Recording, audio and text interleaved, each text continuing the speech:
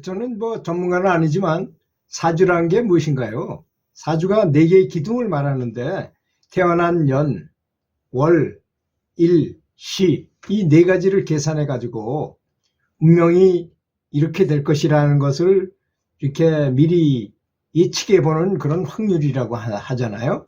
뭐 맞는지 모르겠습니다만은. 그래서 원래 사주에 나온 운명이라는 것이 아주 나쁘게 아주 나쁜 이제 사주를 받은 사람이 있다고 가정해 봅시다. 고난을 예고받은 그 사람의 입장에서 그 사람이 나라고 한번 생각해 보고 내일처럼 예상해 보자는 거죠. 그래서 이제 뭐 어떤 사람이 그 사주를, 그럼 사주가 이렇게 나왔는데 사주를 바꾸려면 어떻게 하면 되느냐? 부적이라든지 부적을 써라. 부적이라는 게 뭘까요? 제 생각입니다. 부적이라는 건 아마 이런 것 같다는 생각이 좀 들어요. 어떤 사람이 이제 뭔가를 많이 깨우쳤어. 근데 이걸 좀 전해주고 싶은데 전해줄 사람이 없는 거야. 그래서 전해주고자 하는데 이 제자는 그런 능력이 없는 거야. 아쉽게도. 그렇잖아요. 자기가 있는 능력을 그대로 전수해주지 못하고 죽는 사람이 많습니다. 그래서 야, 그러면 내가 이런 그림을 하나 가르쳐 줄 테니까 이런 그림을 그리면 나의 힘이 나타나게끔 하게 해주겠다. 이게 바로 부적이라고 저는 생각해요. 그래서 아주 사람이 따라하기 힘든 그런 그림을 그걸 경명주사로 잘 써가지고 그걸 딱 붙여놓으면 내가 힘을 발휘하겠다. 이런 뜻이라고 생각합니다. 맞는지 안 맞는지 모르겠지만 제가 느끼긴 그래요. 그런 것이 여러 가지 있어요. 말로 하는 것도 있잖아요. 만트라라 해가지고 주문 이런 거. 너 제자가 깨닫지 못했어. 그렇지만 내 힘이 바로 작용하게 하려면 네가 이런 주문을 외워라. 그럼 내가 나타나서 그 능력을 발휘해마. 이런 뜻이거든요. 그 만트라라는 것도. 또 동작도 있어요. 뭐 태극권이라든지 이런 것도 하나의 부적이라고. 움직이는 부적, 움직이는 명상, 움직이는 요가라고 말할 수 있는 거잖아요. 그래서 그런 것입니다. 그리고 또 선행을 많이 해서 착한 일을 많이 하면 그런 것이 없어지기 쉽다. 뭐 이렇게 가르쳐 준다거나 또 무슨 큰 구슬을 해서 액땜을 하라고 하는지 뭐 이렇게 권하기도 하는 것이죠. 근데 이제 연불하는 사람이 보면 그거 방향이 좀 다르지 않겠습니까? 그런 거하고는. 왜 그러냐? 우리 그 속담 중에 이런 말이 있어요. 아주 좋은 말입니다. 닭 쫓은 개가 지붕 쳐다본다는 말이 있어요. 닭은 개보다 약하잖아요. 개가 물면 잘못하면 죽습니다.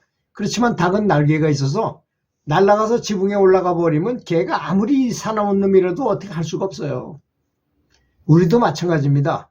우리가 아무리 사주가 나쁘고 좋지 않은 운명을 태어났다고 하더라도 부처님의 명호를 부르는 거야.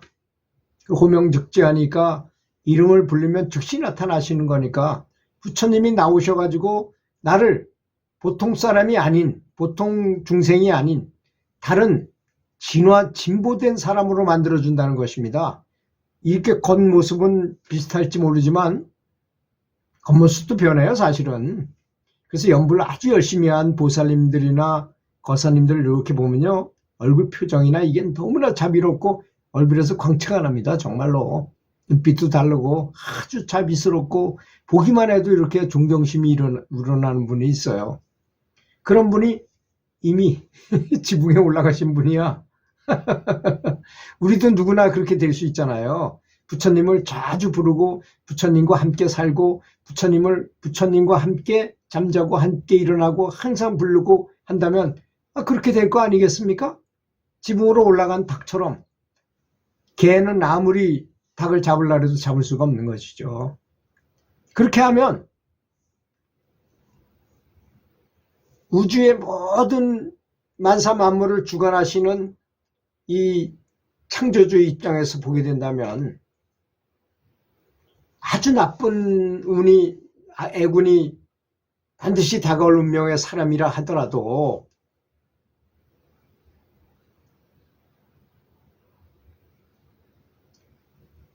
완전히 다른 등급으로 올라가 버리니까, 다른 세계로 올라가 버리니까 그런 일이 일어나지 않을 수 있다는 것입니다.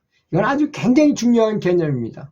우리가 연부를 열심히 해야 되는 이유가 여기 있는데 이런 개념을 모르기 때문에 연부를 하면 그저 뭐 급한 일이 생기면 우선 그 상황에 매몰돼 가지고 그냥 생각만 하는 거야. 내 생각하면 통박으로 이 유한한 머리를 가지고 뭔가 계산해 가지고 그걸 헤어나려고 자꾸 노력합니다. 정말 엄청난 대단한 백이 있는데도 불구하고 그걸 사용 안 하는 사람이나 똑같은 거예요. 너무나 싸움할 때 필요한 긴 창과 칼과 방패가 다 있는데도 불구하고 그걸 사용 안 하고 그냥 맨몸으로 싸우는 거랑 똑같아요. 그거는 그럴 필요가 없음에도 불구하고 그럴 때 쓰기 위해서 연부를 하는 건데 사실은 그래서 전혀 다른 등급으로 올라가 버려. 그 인과에 걸리지 않는 그 위상으로 올라갈 수 있어요. 그렇게 되면 연부를 열심히 하면.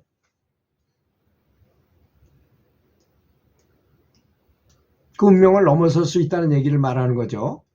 그래서 운명이 나빠도 운명아 비켜라 이런 책을 쓴 사람도 있잖아요. 그 운명을 그렇게 열심히 뭔가를 하다 보면 그걸 넘어설 수가 있어요. 근데 보통 사람들은 뭐 사주가 어떻다든지 뭐 점을 봤는데 어떤 뭐 애군이 있다든지 이러면 그걸 겁나면 지는 거예요. 겁나면. 아니 나한테 이 세상에서 가장 든든한 백 관세음보살님이나 남해아불타불의 그 부처님이 나를 지켜주시는데 무슨 걱정이 있겠습니까? 그렇지 않습니까? 그건 그 개가 따라오면 지붕 위로 올라가면 되는 것입니다. 그렇게 또 내가 반드시 갚아야 될 빚이 있을 것입니다. 그죠? 큰 빚이 뭐 세세생생 계속 윤회하며 살아왔는데 그런 게 없을 수가 있겠어요? 어떻게 그런 게 없을 수 있겠어요? 당연히 있겠죠. 그런 빚을 갚는 방법이 무엇이겠습니까? 내가 저지른 방법대로 그대로 받아들이는 것이 원래는 정상이죠. 그런데 아까 말한 것처럼 닭 쫓던 개가 지붕 쳐다보듯이 닭이 지붕으로 올라가면 될 것이고 만약 그것도 여의치 않다면 이게 부처님이 도와주시면 이런 일이 많이 일어나요. 저는 그런 걸 많이 당해봤어요.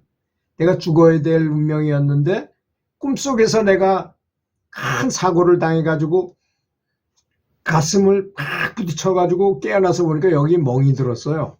근데 난 죽지 않았어. 꿈에서 해결한 거야. 꿈에서 꿈으로 그냥 그게 지나가고 말았어요. 그렇게 해도 부처님은 도와주세요. 이렇게 해결하도록.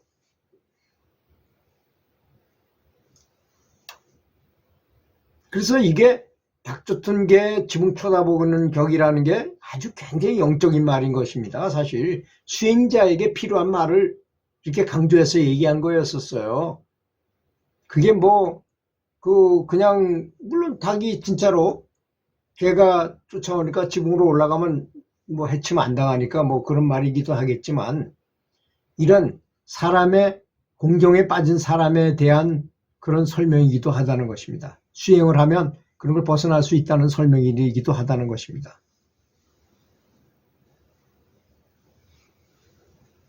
그리고 지난날의 잘못들을 깊이 참회하고 온전하게 부처님께 모든 것을 내려놓고 진심으로 귀의함으로써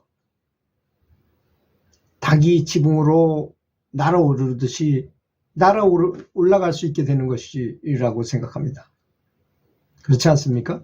그렇게 된다면 그런 나쁜 업이나 뭐 사주가 나쁘다든지 애군이 나한테 끼었다든지 이런 걸 다 넘어설 수 있어요. 그렇게 부처님께 의지해서 연부를 진심으로 이런 사실을 전부 알고 나서 진심을 다해 성심을 다해서 정성을 다해서 연부를 한다면 가장 빠르게 운명은 확실하게 변할 수 있습니다. 저도 그런 말을 했죠. 제가 언제 죽는다. 아주 얼마 안 남은 날짜를 얼마 안 놔두고 굉장히 그 말을 지나가는 말처럼 이제 그 사주쟁이가 나한테 얘기했는데 사실 그때는 그냥 웃고 넘겼는데 집에 와서 생각하면 그게 좀 근심도 되고 왜 근심이 됐느냐. 우리 부모님이 돌아가신 연세하고 비슷하기 때문에 좀 걱정이 되더라고요. 그리고 여기 이저기 알아보다가 어떤 여자 스님한테, 비구니 스님한테 전화를 해서 친한 분한테 전화를 했더니 그분이 웃으면서 전혀 걱정하지 마시라. 52살에 죽는다는 얘기 듣고서 연불 열심히 한 분이 지금 94세인데 지금도 펄펄하게 연불만 하면 다 끝납니다. 전혀 걱정하지 마세요. 그 말이 있잖아요. 굉장히 고맙더라고요. 저한테는. 그 말이 굉장히 위안도 될 뿐더러 그 믿음을 실어주는 말이잖아요. 실제로도 그렇습니다. 정말 1.1억도 틀리지 않게 맞는 얘기예요. 아까 제가 얘기했죠. 꿈속에서도 업장을 받아서 그걸 대신 해결을 할 수 있고 현실에서 그게 나타나더라도 경감되거나 아예 없어지거나 또 부처님이 대신 받기도 해요. 그런 거를 대신 부처님이 대신해서 받기도 하신다고요. 연부를 열심히 하게 되면 꼭 믿으시기 바라겠고 정말 행복한 삶을 사시기 바라겠습니다. 감사합니다.